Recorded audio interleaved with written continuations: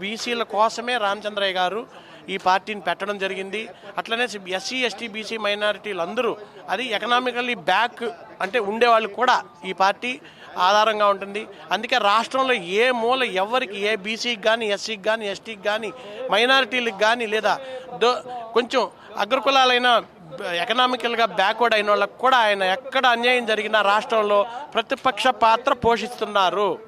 ఎందుకంటే ఈ ప్రతిపక్ష పార్టీ పోషిస్తున్నారు. ఇప్పుడు జగన్ గారేమో గమనైపోయారు, టీడీపీ ఏమో వాళ్ళు చేసే పనులు వాళ్ళు అరాచకాలు చేసుకుంటూ పోతున్నారు.